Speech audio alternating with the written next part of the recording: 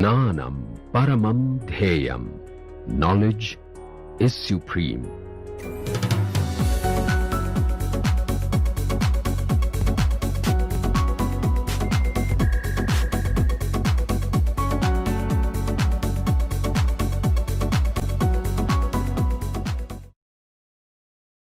Welcome to this course on Advanced Transition Metal Organometallic Chemistry. In today's lecture, we are going to be discussing interesting class of compounds which has immense historical importance, particularly with respect to the understanding of transition metal organometallic compounds in general. These compounds that I would be talking of are called the sandwich complexes. These sandwich complexes actually refer to homoelectric or heteroelectric organometallic compounds. These transition metal compounds contains cyclopentadienyl or other kind of cyclic ligands that sandwiches or binds the metal or transition metal.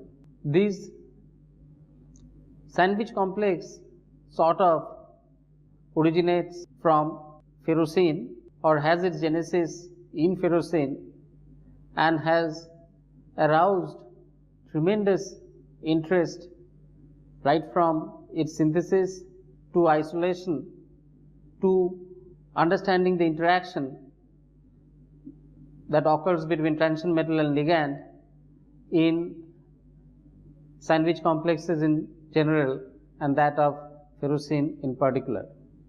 A tremendous amount of enthusiasm surrounded this sandwich complex. Now, in our earlier discussion, we have seen how the sandwich complex can be very general, that it is not only limited to or restricted to cyclopentadienyl ligands, that it can vary from a wide bunch of ligands which can be cyclopropyl cation or cyclobutane, cyclopentane, 6-membered, 7-membered, 8-membered rings. And we have also seen in our last discussion that sandwich complexes are again no longer limited to or restricted to iron. It can go all across the period starting from titanium, chromium, iron, nickel, cobalt, so on and so forth. So, as a result of this larger interest on these kind of sandwich complexes, there has been a tremendous growth in information available about them, and we are going to discuss today the variety of transition metal sandwich complexes that exist. Now, having said that even though there is a large body of compounds which fall in the category of sandwich complexes, there are also another interesting subclass of compound which arouse beside the sandwich complexes, and these are called half sandwich complexes.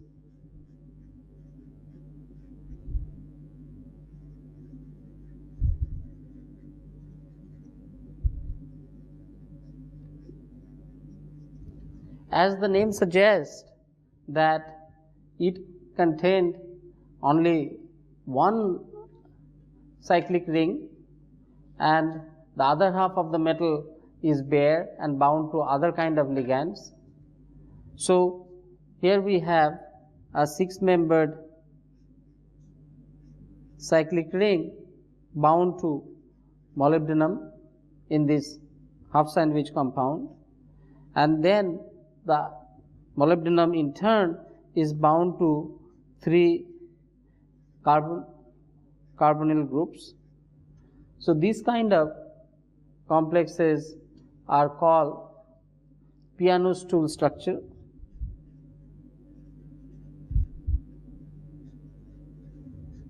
As the name suggests, that this resembles most likely the piano stool, where the six-membered ring sort of represents the flat seat of the piano stool, and the CO groups represents the legs of the piano stool.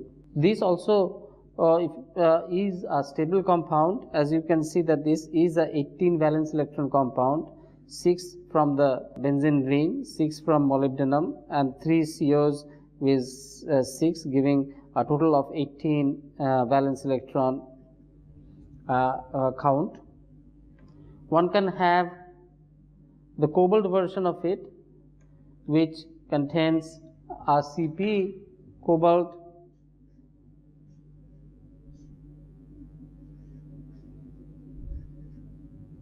and 2 COs. So this is a 18 electron complex. So 5 electron from Cp, 9 from cobalt, and 4 from CO. Again, this is the 18 valence electron compound. Now, as one goes from molybdenum to cobalt to nickel, again with a Cp ring,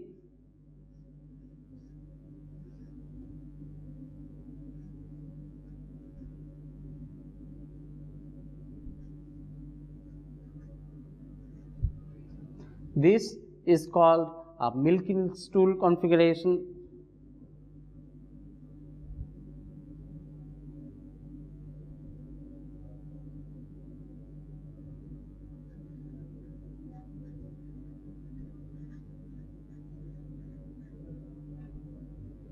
And this also is a 18 valence electron compounds.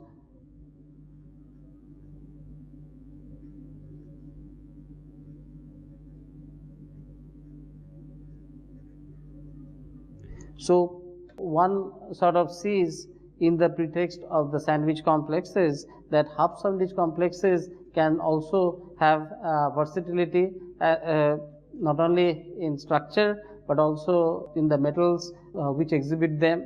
So it also can span according to across the periodic table. There are various kinds of rings that can get involved in formation of these half sandwich complexes, and also there exist various kinds of ligands which also can be part of half sandwich complexes. Similar to what we had observed in case of sandwich complexes, that there is also a similarity in the case that most of these complexes are electronically saturated, because they are also 18 valence electron compounds, similar to that what we had observed in case of half sandwich complexes. There is another interesting compound which is even extension or further extension of sandwich complexes, and these are called multi-Decker sandwich complexes.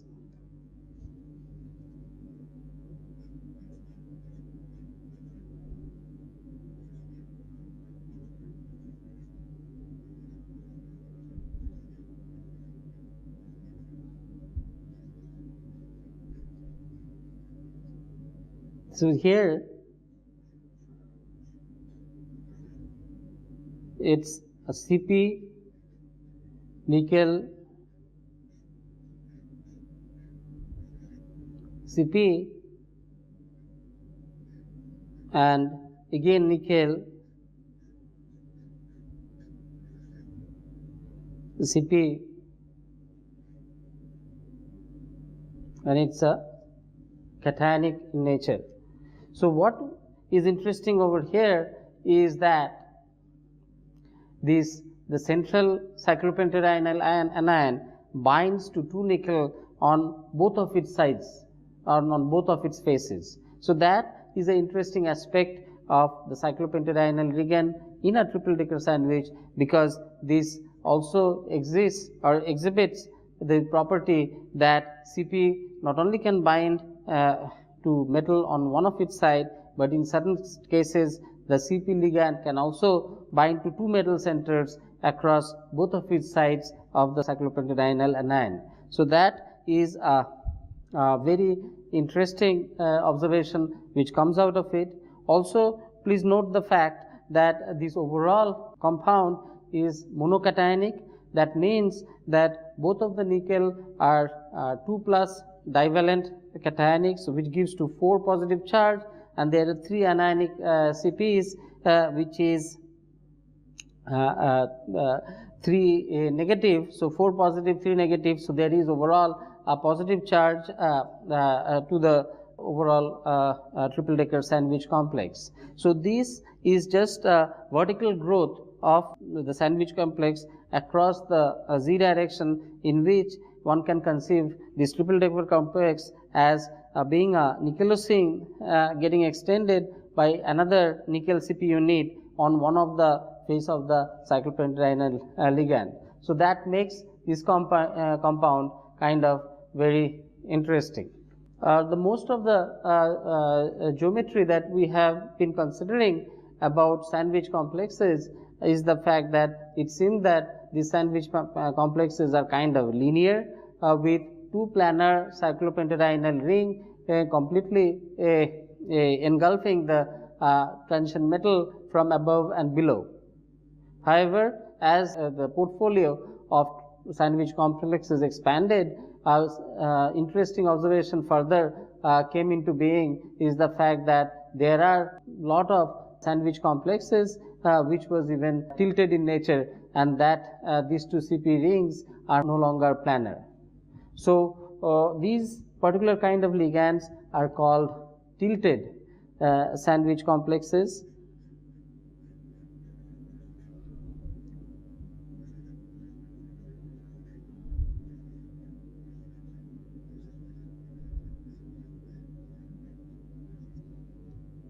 So here is the example of pentamethyl CP, samarium,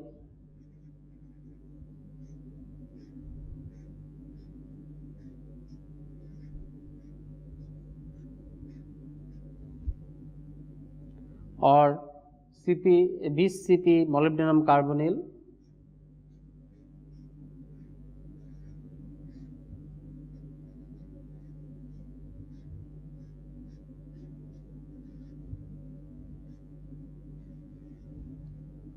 or BCP tungsten dihydride.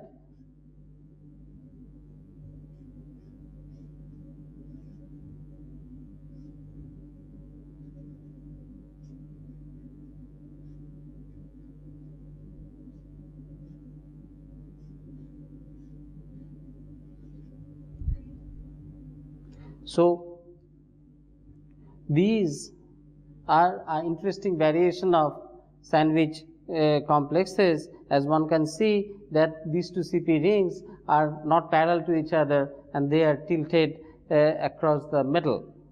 Another interesting observation comes from the fact that these at least the examples that we have discussed, all of them had second row or third row transition metals which are more bigger and bulkier than the first row transition metal, which most likely would show a normal sandwich structure, whereas the second row and third row, these are bigger atoms, where as a result the CP cannot fully engulf the metal center, and as a result they can tilt over and accommodate a third or the fourth ligand to make up for the increased wide space that arise because of the bigger nature of the central metal atom.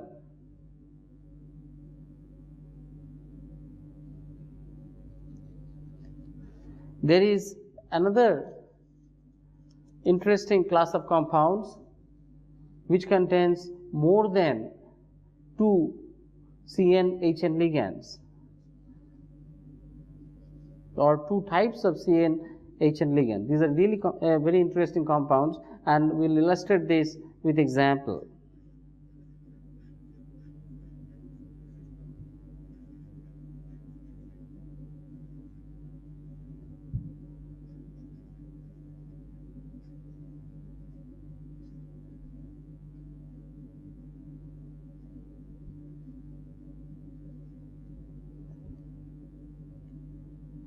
So we have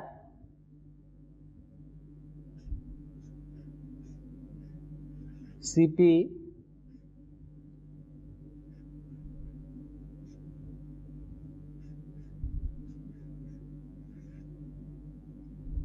titanium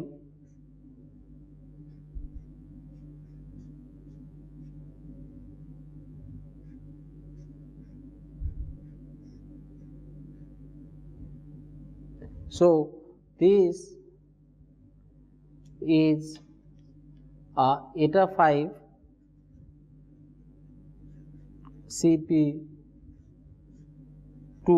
eta 5 Cp2 eta 1 Cp2 titanium. So the formula is eta 5 Cp2 eta 1 Cp2 titanium.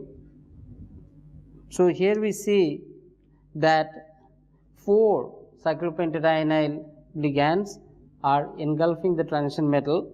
However, all 4 are not bound in the same fashion. They are actually bound in 2 different kind of fashions. One is eta 5, another is eta 1.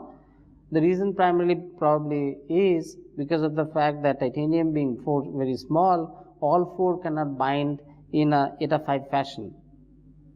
It would be too crowded to do so, and so 2 are bound in eta 5 1 and 2 are bound in a eta 1 fashion.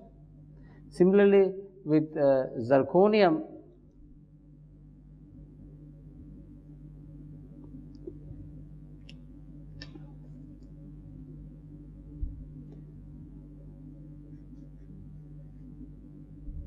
there are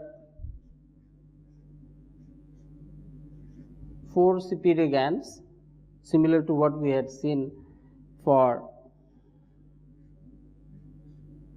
titanium.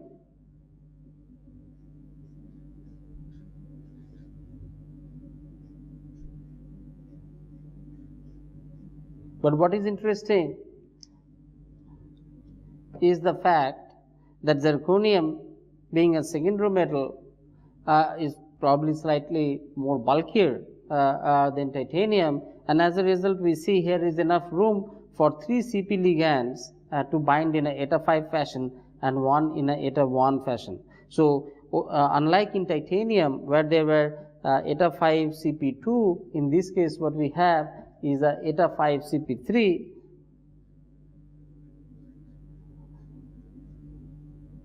and instead of 2 eta 1 Cp you have 1 eta 1 Cp is zirconium.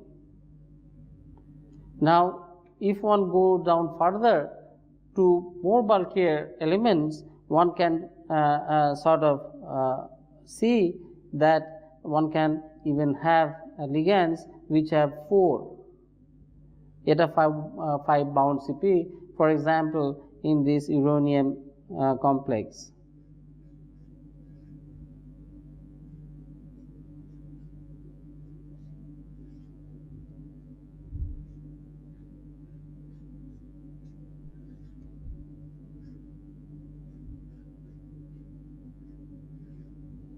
So this has 4 eta 5 bound Cp.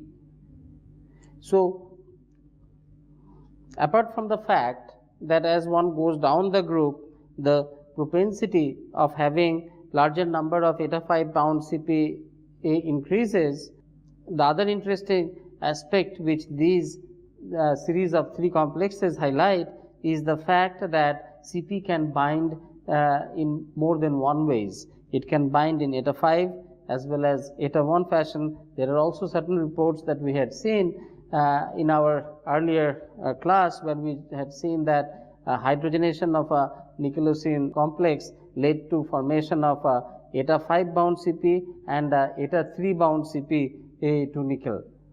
The binding of Cp to metal is very much dependent on the size and the electron richness of the metal, and also the number in which the number of Cp's would bind in eta 5 fashion or eta 1 fashion is also dependent on this criteria.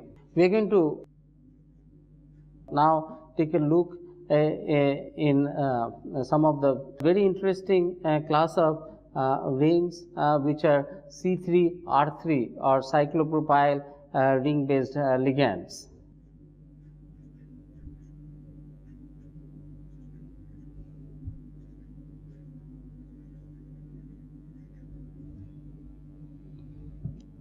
These, for example, PH3C3 plus cyclopropenyl cation,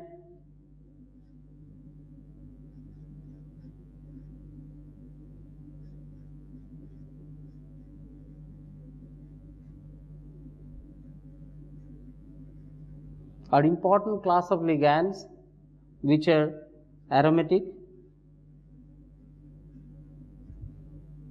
These obeys Hückel's rule.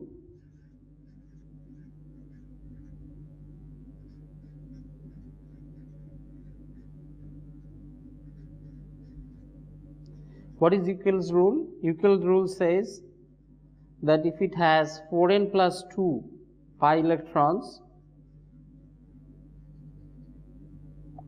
then they are aromatic, and in the present C3R3 plus n equals 0, so they have 2 pi electrons, and these kind of C3R3 plus cation compounds were first synthesized by Professor Ronald Breslow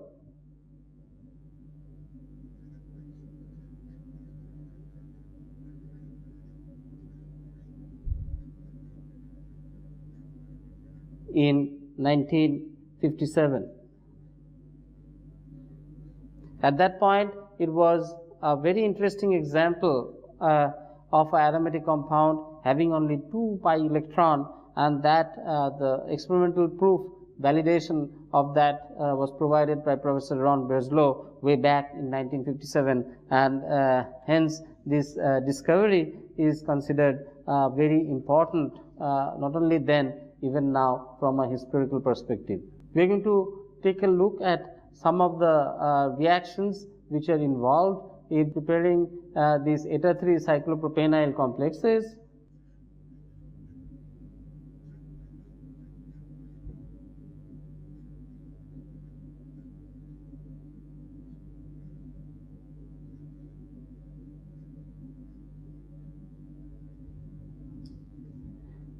For example, the reaction with PH3C3Br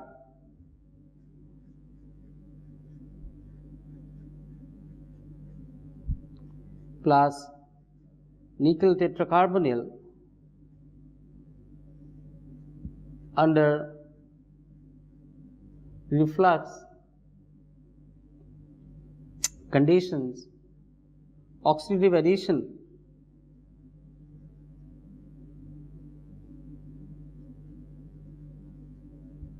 occurs between on nickel, which is in a zero complex states, and this PH3C3Br cyclopropyl cation, giving rise to this beautiful cyclopropyl cation phenyl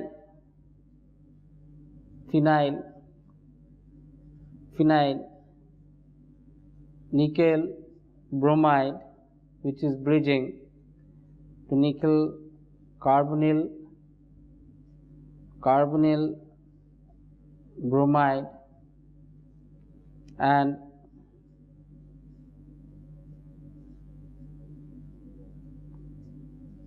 this compound. This was synthesized way back by Kettle in 1965.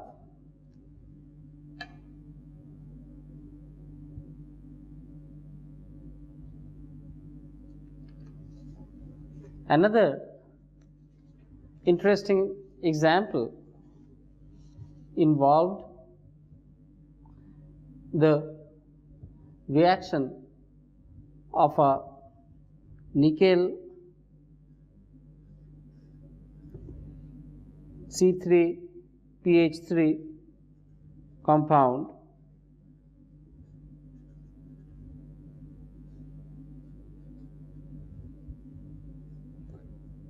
of nickel having bromide, pyridine with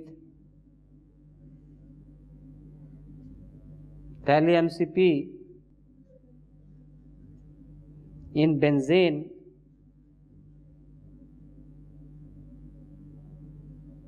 at room temperature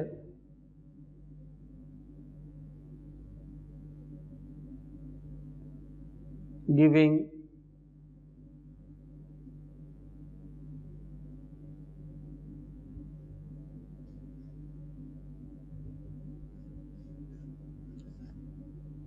Cp nickel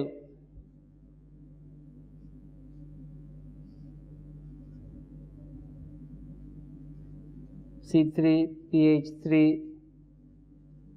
cation. This also is a 18 electron compound, 5, 3 and 10, 18 valence electron compound. So kind of stable, and this one also is 3, 10, 1, 2 and 2, 5, 15, 3, 18 valence electron compound.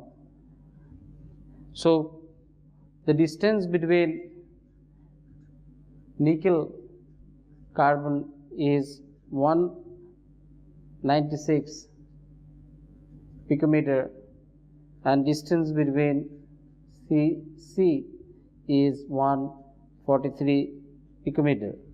This was synthesized by Rausch in 1970.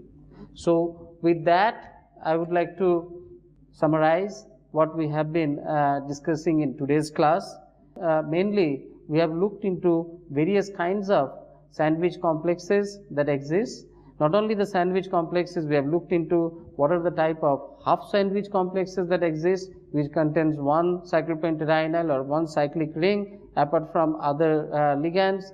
We have also looked into various kind of sandwich complexes which sort of originated from Cp, whether they are homoleptic and heteroleptic, or the kind of variations they show along the rings as well as along the metal center, metal across the periodic table. One thing for certain, or which most of the sandwich as well as the half sandwich complexes that exhibit, is the fact that most of them or almost all of them are 18 valence electron compounds. So that means they are kind of stable once formed. We have also looked at various variations of half sandwich complexes or sandwich complexes that we have seen. This can be two Cp rings, cyclic rings being planar, which are normal sandwich complexes, or they can be tilted sandwich complexes or bent sandwich complexes.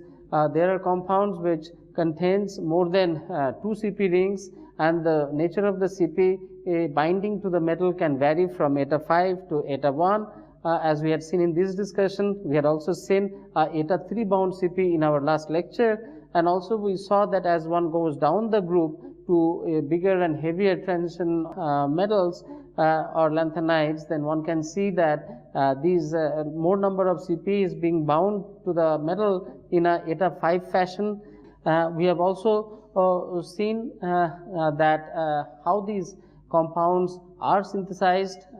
The first of its kind was synthesized by Professor Breslow way back in 1957, and then the kettle synthesized using oxidative addition route, which we had discussed by reaction of PH3C3 bromide with nickel 0 tetracarbonyl compound using oxidative addition step, and then a very elegant example in 1970 by Rausch, which involved reaction of a cyclopropenyl nickel compound with thallium Cp, giving this sandwich compound, which also is a 18 valence electron compound. Now with this, I would conclude today's lecture. We are going to look into the sandwich complexes, their reactivity, synthesis, and the variation in a bit more detail in the next lecture, which is following up on this. And thank you for being with me in this lecture, and also look forward to the next lecture, where we are going to take up the sandwich complexes in a bit more details. Till then, goodbye and thank you.